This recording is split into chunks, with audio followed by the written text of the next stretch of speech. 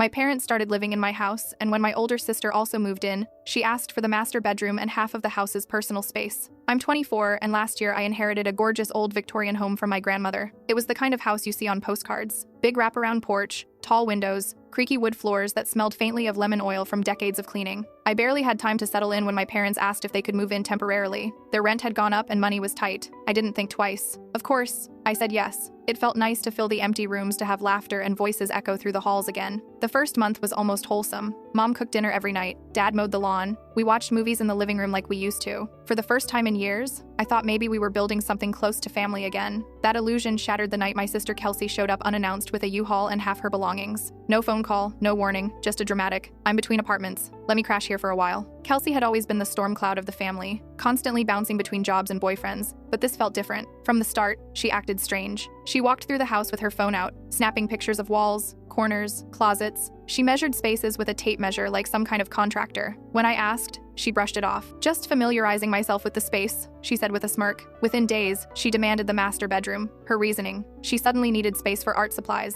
That was laughable. Kelsey's never been artistic in her life. She used to brag about barely passing middle school art class. I refused firmly. My house, my room. That's when things took a darker turn. I began catching them, my parents and Kelsey whispering together. The moment I entered the room, they'd scatter or change the subject to something trivial, like groceries or the weather. Dad began asking bizarre questions about the house. When did Grandma renovate the basement? Did she ever mention leaving behind old documents? Did she hide anything valuable? At first, I thought it was just idle curiosity. Then Kelsey started pushing to go through Grandma's old boxes, insisting she wanted to organize family history. The way she asked, though, felt like she was probing for something. My gut screamed something was wrong. So, I hid a small security camera in the living room. What I saw days later left me cold. At 2:17 a.m., the footage showed all three of them sneaking downstairs. Dad carried a metal detector. Kelsey spread out old house blueprints on my coffee table. Mom held a flashlight, whispering like a lookout. Kelsey pointed to the master bedroom on the plans. She said, "It's in here somewhere. Grandma told me before she died. The family treasure is hidden where nobody would expect." Treasure? My grandmother was a frugal woman who lived on casseroles and coupons. Yet, for 5 nights straight, I caught them tearing through my home, prying up floorboards, sweeping the basement, even bringing in some rented scanning device. They combed every corner of the house except my master bedroom. Suddenly, Kelsey's demand made sense. I did some digging of my own, and the truth stunned me. Decades earlier, my grandmother had inherited a collection of rare Civil War-era coins from her father, supposedly worth hundreds of thousands. But during the 1982 renovations, she quietly hid them away. And Kelsey, visiting Grandma in her final weeks, had manipulated her into spilling the secret. Grandma, half delirious on medication, told her where the treasure was hidden. Kelsey turned around and roped my parents into this insane plan. They hadn't moved in out of desperation. They were staging an inside job. I let the footage build for a week. Then one morning, I called them all into the living room. My laptop sat open, paused on a still image of the three of them sneaking with the metal detector. "Before breakfast," I said calmly, "I want to show you something interesting." I hit play. They watched in complete silence. When it ended, Kelsey smiled. Actually smiled. "That's cute," she said, pulling out a folder from her bag. Inside were legal documents, all signed and notarized. Grandma changed her will 2 weeks before she died, left the house to all of us equally. I have the original. My heart stopped. The will I had was supposedly the final one. Mom nodded. "We were trying to do this the nice way, sweetie. But if you want to play hardball." Dad reached into his jacket pocket, and what he pulled out made my blood run cold. A keychain. Just a simple brass keychain, but dangling from it was the original house key to my grandmother's Victorian, the one she'd given to my parents years ago for emergencies. "We've had copies made," Dad said, his voice casual like he was discussing the weather. "Been letting ourselves in for months now, actually. Long before we ever asked to move in." I felt my stomach drop. "Months?" Kelsey leaned back, crossing her arms with that smug look plastered across her face. "Yeah, so about that footage you just showed us? Cute. Real cute. But honestly, it doesn't matter at this point. What are you talking about?" I managed to get out. "The will thing? Okay, fine. You got me. It's fake." She shrugged like she'd just admitted to eating the last cookie. "But here's the thing, little sis. We've already been through this entire house. We found some really, really nice stuff. Stuff Grandma had tucked away that you clearly didn't even know existed." My brain was scrambling, trying to understand. What stuff? Mom shifted uncomfortably in her chair, not quite meeting my eyes. Dad just looked out the window. Kelsey pulled out her phone and started scrolling. "Let's see." There was this gorgeous antique jewelry collection in the attic. Pearls, some gold bracelets, a few rings with actual stones. Then there was the silver tea set in the basement storage. You know, the one behind all those Christmas decorations you never bothered going through. Oh, and my personal favorite, a collection of first edition books. Signed ones too. I felt the blood drain from my face. "You're lying." "Am I?" Kelsey tilted her head. "Why don't you go check?" "Oh wait, you can't. Because we already sold most of it online. Made a cool 50 grand, give or take." I stood up so fast my chair fell backward. I didn't even bother picking it up. I just ran. Up the stairs, down the hallway, up the narrow attic steps that I honestly hadn't climbed since moving in. The attic was dusty, filled with old furniture and boxes I'd been meaning to sort through. I went straight to the corner where Grandma used to keep her special things, the old trunk that had always been locked. It was open, and it was empty. I tore through the boxes nearby, looking for the velvet jewelry cases I vaguely remembered seeing as a kid. Nothing, just old linens and photo albums. I ran back downstairs, nearly tripping on the last step, and headed for the basement. The storage area behind the Christmas decorations was just a small closet, really. I yanked open the door. The silver tea set was gone. The shelf where it had sat for probably 30 years was just bare wood with dust outlines showing exactly where each piece had been. When I came back upstairs, I was shaking. Not from fear, from pure rage. "You stole from me," I said, my voice low. "Technically," Kelsey said, examining her nails, "we stole from Grandma. You just happened to inherit an empty house." I wanted to scream, to throw something, to call the police right then and there, but something stopped me. A thought formed in my head, cold and clear. If they'd been sneaking in for months, if they'd already looted the attic and basement, then there was only one place left they desperately wanted to search. The one place they hadn't been able to access because I was always there. My bedroom, the master bedroom, where Grandma had supposedly hidden the real treasure. I took a deep breath and looked at all three of them. Dad was trying to look tough, but I could see the desperation in his eyes. Mom was wringing her hands, clearly uncomfortable but too far in to back out now. And Kelsey? She just looked smug as hell, like she'd already won. "You know what?" I said quietly. "You're right." Kelsey's eyebrows shot up.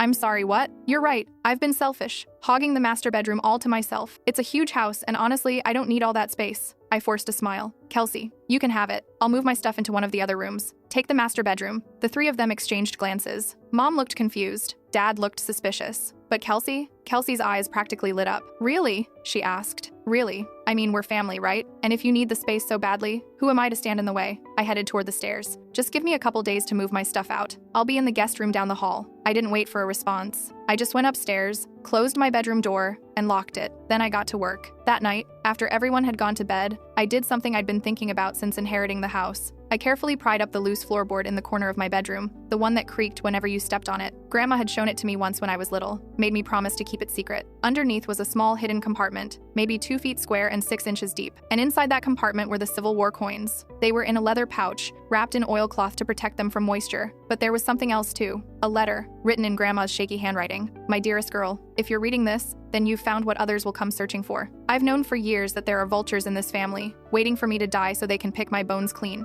Your mother and sister in particular have always been focused on what they could get rather than what they could give. I'm sorry to burden you with this knowledge, but I want you to be prepared. They will come. They will lie. Do not let them take what is yours. You are the only one I could trust with our family's history. I love you, sweetheart." Grandma. I sat there on my bedroom floor, holding that letter, and I cried. Not because I was sad, but because I was so angry that Grandma had been right. Then I dried my eyes and got to work. I went on eBay and ordered a bunch of cheap commemorative coins, the kind that look oldish if you don't examine them too closely, sold in rolls for about $40 total. Then I carefully placed the real coins in a small, fireproof safe I'd bought weeks ago and hid it in my closet behind some shoe boxes. Over the next 2 days, I slowly moved my clothes and personal items into the guest bedroom. I made a big show of it too, sighing dramatically about how much work it was, how I'd really missed the master bedroom's big windows. Kelsey watched like a hawk, barely able to contain her excitement. On the third day, I handed her the key. "It's all yours," I said. She practically sprinted into the room. I gave them a full week of listening to them tear apart my beautiful bedroom. The sounds of crowbars prying up floorboards, power tools cutting into walls, furniture being moved and thrown around. Mom tried to be quiet about it, at least, but Kelsey and Dad had no shame. They ripped up the original hardwood floors that had been there for over 100 years. They punched holes in the walls, tore down the vintage wallpaper, even broke through the lath and plaster in some spots. Every night I'd hear them whispering excitedly, "We're close! We're so close!" I had cameras hidden in the hallway, so I could see them coming and going with tools, consulting the house blueprints, measuring distances from walls. It was day 6 when they finally found it. I was downstairs making coffee when I heard Kelsey scream, but it wasn't a scared scream. It was a victory scream. "I found it. Oh my God, I found it." Footsteps thundered across the floor above me. Dad and Mom rushed into the master bedroom.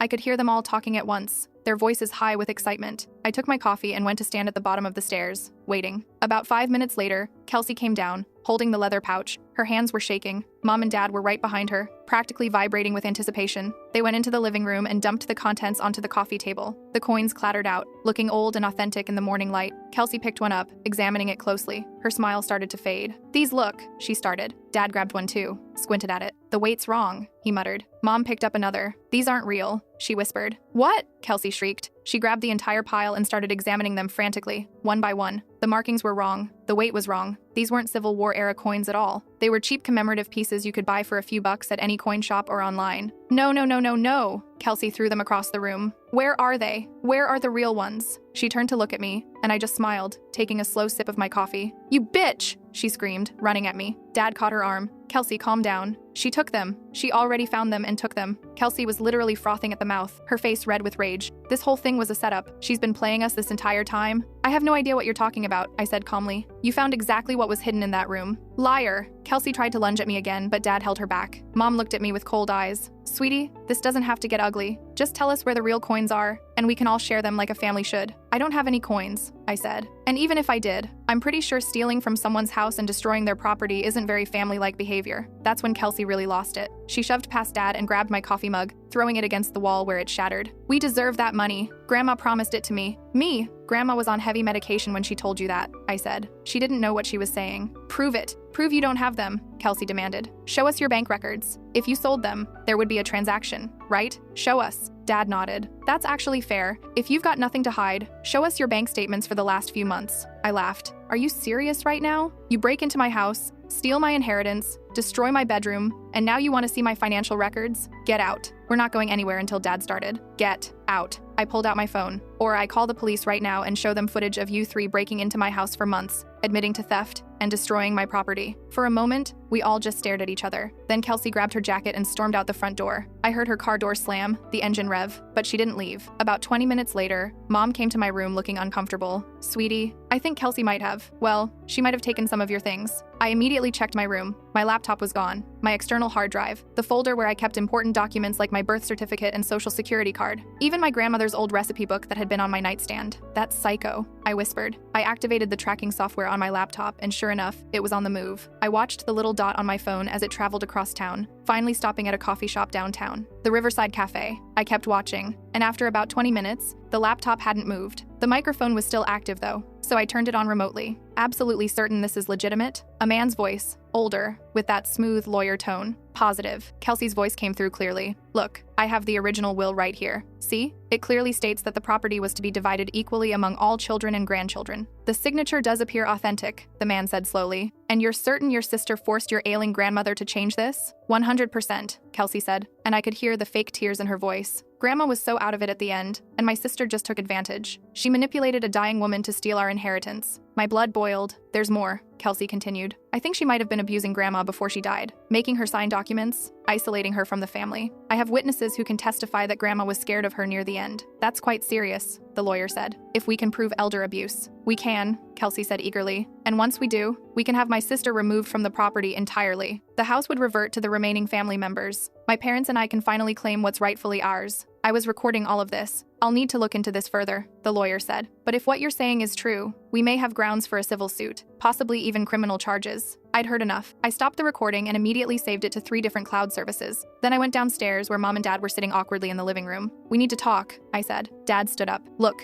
about Kelsey taking your things. Sit down, I said. I wasn't asking. He sat. I pulled up the laptop tracking on my TV, showing them exactly where Kelsey was. Then I played the recording. Mom's hand flew to her mouth. Dad's face went pale. She's claiming I abused Grandma, I said quietly. She's going to try to fabricate elder abuse charges to force me out of this house and take everything. She wouldn't, Mom started. Listen to it again, I said. She's literally plotting to destroy me, and you two helped her every step of the way. I opened my phone and showed them something else. Screenshots of text messages between Kelsey and her ex-boyfriend from 8 months ago. Kelsey. Just need to wait for the old lady to croak lol. Ex. Harsh. Kelsey. Whatever. She's sitting on a fortune and too senile to even know it anymore. Once she's gone, we cash in. X. What about your sister? Kelsey. Won't be a problem. Already got a plan for that. Mom was crying now. Real tears. I didn't know she was planning this so far back, she whispered. I swear, we just wanted to help find the treasure and get our share. We didn't know she was going to what? I demanded. Accuse me of elder abuse? Try to take everything? Mom, you helped her. You stood there with a flashlight while she tore through Grandma's house in the middle of the night. We were desperate, Dad said, and his voice cracked. We lost everything. I frowned. What are you talking about? He put his head in his hands. We remortgaged the house. Put everything into crypto because this guy at work said it was a sure thing. We lost it all. Every penny. We're in debt up to our eyeballs, and we're about to lose the house. Mom sobbed. Kelsey said if we helped her find the treasure, she'd give us each $100,000. We could pay off the debt, save the house. We were so desperate. I stared at them. My parents, who I'd loved and trusted, had gambled away everything and then tried to steal from me to cover it up. Get out, I said. Please, Mom begged. We're sorry. You have 1 hour to pack your things and leave. If you're still here after that, I'm calling the police and showing them everything. The footage, the recordings, all of it. Dad stood up slowly. What about Kelsey? What about her? She's your sister, he said. Our daughter. We can't just... You can and you will. All three of you. I looked at both of them. I gave you a home when you needed one. I trusted you. And you repaid me by destroying my house and trying to steal from me. So yes, you can and you will leave. Now. They packed in silence. I watched from the living room as they carried bags and boxes to their car. Mom tried to say something to me as she left, but I just closed the door in her face. I thought that was it. I thought they'd leave and I'd never see them again. I was wrong. That night, around 2 a.m., my phone buzzed with a security alert. Someone was on the property. I pulled up the camera feed and saw Dad at the back porch. He was carrying something. It took me a second to recognize it. A gas can. He was pouring gasoline along the back porch railing, creating a trail that led to the back door. I grabbed the baseball bat I kept in my closet and ran downstairs as quietly as I could. I slipped out the side door and came around the back. Dad had his back to me, pulling a lighter from his pocket. I wouldn't do that if I were you, I said. He spun around, nearly dropping the lighter. His eyes were wild, desperate. You've already lost everything, I said, gripping the bat. Don't throw your freedom away too. I don't have anything left to lose, he said, his voice shaking. The house is gone. Our savings are gone. Your mother won't even look at me anymore. And you have everything. This house, the treasure, a whole life ahead of you. It's not fair. So you were going to burn it down. I couldn't believe what I was hearing. You were going to burn down Grandma's house, possibly with me in it, because you made bad financial decisions? I just wanted us to have a fresh start, he said, but there were tears running down his face now. If the house burned down, the insurance money would be split among us. We could all start over. I'd be dead, I said flatly. I was asleep upstairs. The lighter fell from his hand. I wasn't thinking. He looked at his hands like they belonged to someone else. God, what have I done? You want to know what you've done? I asked. Let me tell you. I pulled out my phone and showed him the screen. It was displaying my laptop camera, and on it were 3 people watching a live feed. Grandma's lawyer, Mr. Peterson, the executor of her estate, Mrs. Chen, and my friend Jake, who happened to be studying law. They've been watching this whole thing, I said. Everything you just said, everything you were about to do, it's all recorded and witnessed. Dad's legs gave out. He actually collapsed onto the porch, staring up at me in horror. That's when Mom came around the corner. She must have been waiting in the car. James, what are you? She saw the gas can, saw me with the bat, saw Dad on the ground crying. Oh my God! He was going to burn down the house, I said, with me inside. Mom's face went white. No, James, you said you were just going to talk to her. You said. You knew he was here? I demanded. She didn't answer, which was answer enough. Tell her, I said to Dad. Tell her the real plan. Dad looked up at Mom with broken eyes. I told her if we couldn't have the treasure, no one could. I told her about the insurance money. She knew. Mom shook her head frantically. I didn't think I thought you were just upset. I didn't think you knew, I repeated. My whole body was shaking now, but not from fear, from pure rage. Both of you knew and you were going to let it happen. My phone rang. It was Mr. Peterson. The police are on their way, he said. Stay safe. We have everything we need. I heard sirens in the distance. Mom dropped to her knees next to Dad. What have we done? She whispered. What had they done? They'd destroyed our family. They destroyed Grandma's house. They tried to destroy me, all for money they were never going to get. The police arrived within 5 minutes. Dad was arrested immediately. Mom tried to claim she didn't know anything, but the security footage told a different story. She'd driven him there. She'd been his lookout. She was complicit. I gave my statement sitting on the front porch of Grandma's house, wrapped in a blanket one of the officers had given me. Mr. Peterson and Mrs. Chen arrived shortly after, having driven from the viewing party at his office. Are you all right? Mrs. Chen asked, sitting beside me. I wasn't sure how to answer that. My family had just tried to kill me. So no, I wasn't all right, but I was alive, and I still had the house, and I had the truth on my side. I will be, I said. There's one more thing, Mr. Peterson said hesitantly. Your sister. I'd almost forgotten about Kelsey and all of this. I pulled up the laptop tracker. She was home, at her apartment across town. I showed him the recording of her meeting with that shady estate lawyer. I'll turn this over to the authorities, he said. Attempted fraud, theft, conspiracy. She'll face charges too. I nodded, too tired to feel anything about it. The police finished up around dawn. They took Dad away in handcuffs. Mom went too, though they let her ride in a separate car instead of the back of a cruiser. Small mercy, I guess. I went inside and locked every door, checked every window. Then I sat in Grandma's rocking chair in the living room and just breathed. The house was quiet, damaged, yes. The master bedroom was destroyed, but it was still standing, and it was still mine. I thought that was the end of it. The police had my parents. They'd pick up Kelsey soon enough. Justice would be served. But 3 days later, I was in the hardware store buying supplies to repair the master bedroom when I heard a commotion outside. Shouting. Someone screaming. I walked outside and there was Kelsey, standing on the sidewalk, absolutely hysterical. You, she shrieked when she saw me. This is all your fault. People were staring. Someone had their phone out recording. CPS took my baby. Kelsey was crying, mascara running down her face. They took my little girl, and it's because of you. I hadn't even known Kelsey had a kid. That's how disconnected we'd been for years.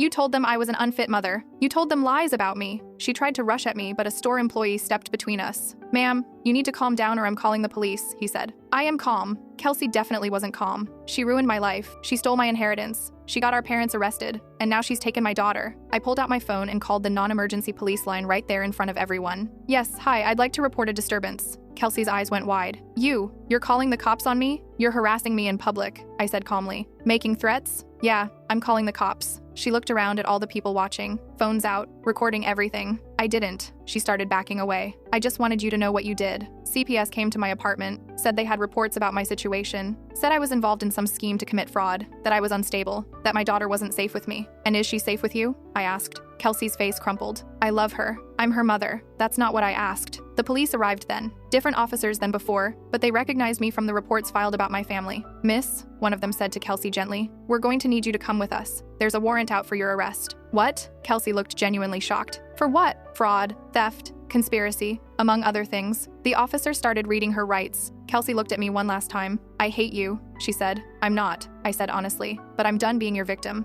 They took her away. I finished my shopping and drove home. That night, I finally opened the safe in my closet and looked at the real Civil War coins. They were beautiful, each one a piece of history. Worth a fortune, sure, but also irreplaceable. Grandma had trusted me with them, and I'd protected them, even when it cost me my family. I put them back in the safe and locked it. The next morning, I got a call from Mrs. Chen. I thought you should know, she said. Kelsey's been formally charged. The DA is taking the case seriously given the elder abuse claims she tried to fabricate. Good, I said. There's something else, she continued. When CPS investigated Kelsey's situation, they found, well, she wasn't exactly Mother of the Year. The apartment was filthy. She had no stable income, and there was evidence she'd been leaving the child alone for extended periods. They're looking for next of kin to potentially take custody. My stomach dropped. I'm the only other family. I know you've been through a lot. I'm not taking her kid, I said firmly. I didn't even know that child existed until yesterday. Kelsey made her choices. Her daughter deserves better than to be used as another manipulation tactic. I understand, Mrs. Chen said. There are good foster families available. The child will be taken care of. I hung up feeling guilty, but also certain I wasn't responsible for Kelsey's mess. The days turned into weeks. Dad and Mom got a lawyer, tried to claim they'd been manipulated by Kelsey, that she'd been the mastermind all along. There was some truth to that, but it didn't absolve them of trying to burn down the house with me inside. Kelsey, meanwhile, was trying to cut a deal, claiming she'd been desperate because she was in debt, that she'd made mistakes but didn't deserve to lose her daughter over it. I didn't testify at any of the hearings. My statements and evidence spoke for themselves, but as I sat in Grandma's house one evening, looking at the reconstruction plans for the master bedroom, I felt hollow.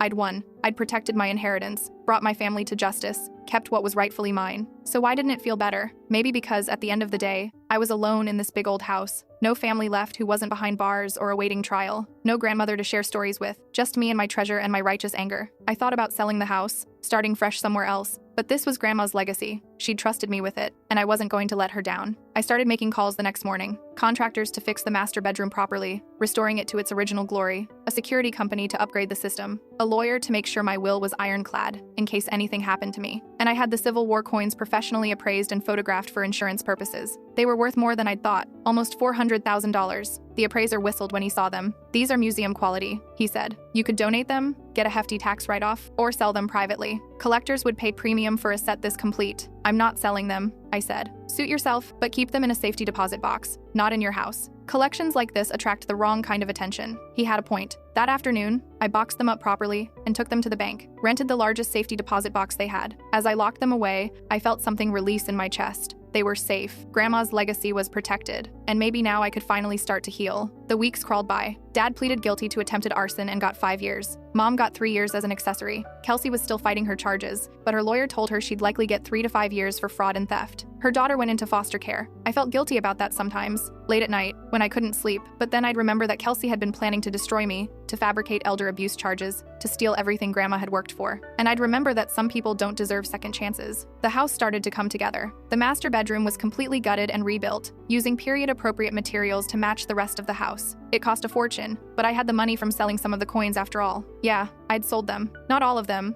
just enough to cover the repairs and set up a trust fund. The rest stayed locked away in the bank, exactly where Grandma had wanted them. By the time autumn rolled around, the house looked better than it had in decades. Fresh paint, restored woodwork, new plumbing that didn't clank every time you turned on a faucet. I was finally starting to feel at home. That's when Kelsey sent me a letter from jail. I almost didn't open it, almost threw it straight in the trash. But curiosity got the better of me. I know you probably hate me. It started, and you have every right to. I did terrible things. I let greed destroy our family. But I need you to know something. I never meant for Dad to try to kill you. When Mom told me what he'd planned, I was horrified. I know you won't believe me, but it's true. I wanted the money, yeah, but I never wanted you dead. For what it's worth, I'm sorry. I'm sorry for everything. Kay, I read it 3 times, looking for the manipulation, the angle she was working. Maybe there wasn't one. Maybe she really was sorry. But sorry doesn't undo the damage. Sorry doesn't give me back my family. Sorry doesn't fix the months of trauma and betrayal. I threw the letter away. A week later, I got another letter. This one from Mom. Baby, I know we can never make this right. Your father and I failed you in the worst possible way. We let greed cloud our judgment, and we hurt you terribly. I just want you to know that I think about you every day. I hope someday you can forgive us. All my love. Mom. Same thing. Read it. Felt nothing. Threw it away. They'd made their choices. Now they had to live with the consequences. Me? I had a house to turn into a home.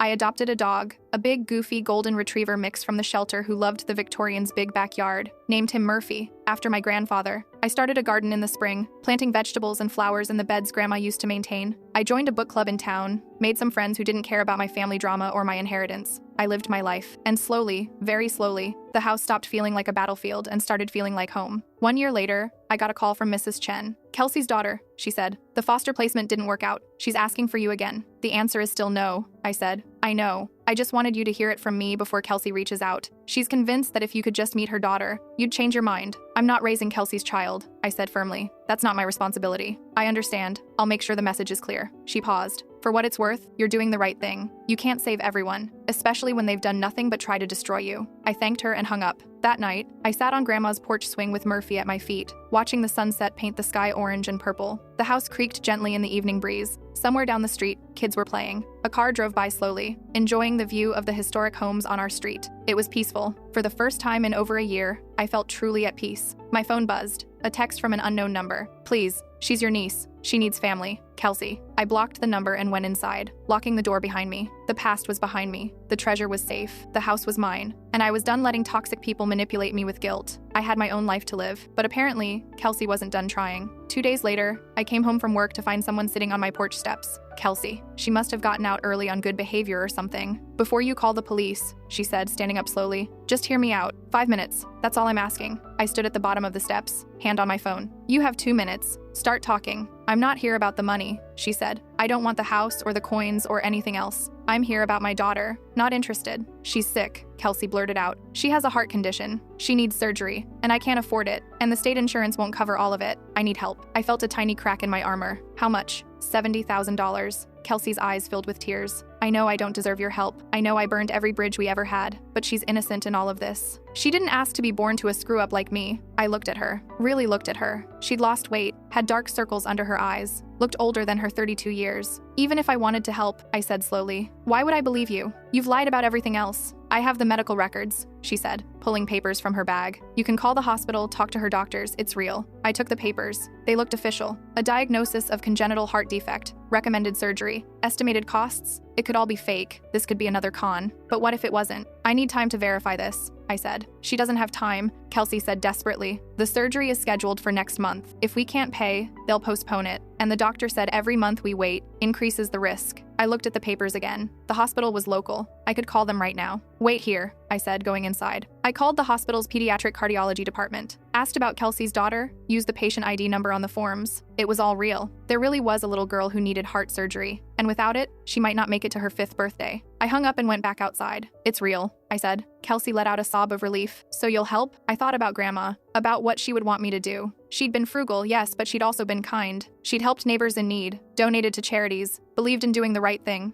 I'll pay for the surgery, I said, but I'm not giving the money to you. I'm paying the hospital directly, and in exchange, you sign away any and all claims to Grandma's estate, forever. Kelsey nodded frantically. Yes, whatever you want. And you stay out of my life. Completely. No calls, no texts, no visits. This is the last interaction we ever have. Her face fell a little, but she nodded. Okay, I'll have my lawyer draw up the paperwork. You sign it, I pay the hospital. Deal? Deal, she whispered. Thank you. God, thank you so much. I didn't invite her inside. Just watched her walk back to her car and drive away. The next day, I met with my lawyer. Had him draft an ironclad agreement. Kelsey signed it without reading it. I paid the hospital $73,000, covering the surgery and all associated costs. The surgery went well, apparently. The little girl recovered. Kelsey sent a brief email through my lawyer's office thanking me. I never responded. That was 6 months ago. I haven't heard from any of them since. Dad and Mom are still in prison. Kelsey is working 2 jobs trying to pay off her debts and support her daughter. And me? I'm living in Grandma's house, just like she wanted. I think about them sometimes, especially on quiet evenings when the house feels too empty. I wonder if Dad regrets trying to burn it all down. If Mom lies awake at night thinking about the family she destroyed. If Kelsey ever really understood the damage she caused. But mostly, I don't think about them at all. I have a good job now, working from home doing graphic design.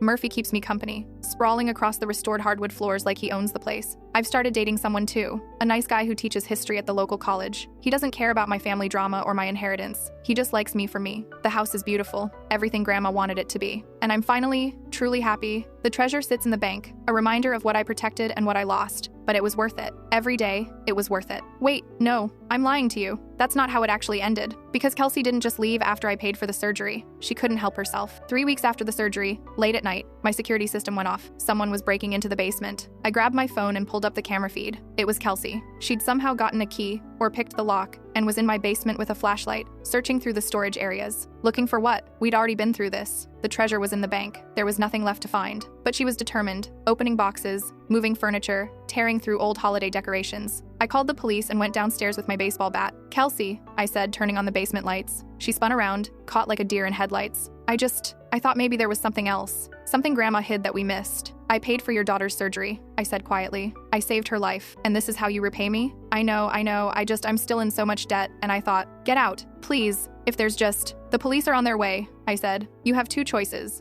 Leave now and I don't press charges. Or stay and explain to your daughter why Mommy's going back to jail. She looked at me with desperate, hollow eyes. Then she ran. Up the basement stairs, out the back door, into the night. I watched her car peel away just as the police arrived. I told them it was a false alarm. Just the wind setting off the sensor. They left. I went back to bed. And that was the real end of it. No more letters. No more surprise visits. No more chances. I'd given her one final opportunity to walk away. She'd taken it. And I'd finally, truly closed the door on my toxic family. The house is mine. The treasure is safe. And I'm done being anyone's victim. Grandma would be proud. No, wait, that's still not the real ending. Because I didn't actually let Kelsey off the hook that easy. When she ran out of the basement, she left her bag behind. And, in that bag, her laptop, the one she'd been using to communicate with people about another scheme. Turns out the heart surgery was real, but Kelsey had been running a GoFundMe at the same time, raising money from strangers for the life-saving operation her heartless family refused to help with. She'd raised $43,000, money she was pocketing since I'd already paid for the surgery. Fraud, again. I turned everything over to the police. The laptop, the GoFundMe evidence, security footage of her breaking into my house. She was arrested a week later. This time, the judge wasn't lenient. 5 years, no early release. Her daughter went into the foster system permanently. Last I heard, she was adopted by a lovely couple who could actually take care of her. Mom and Dad got an extra year added to their sentences for conspiring with Kelsey even from prison. And me, I finally got my peace. Make sure to click on the screen to watch another story.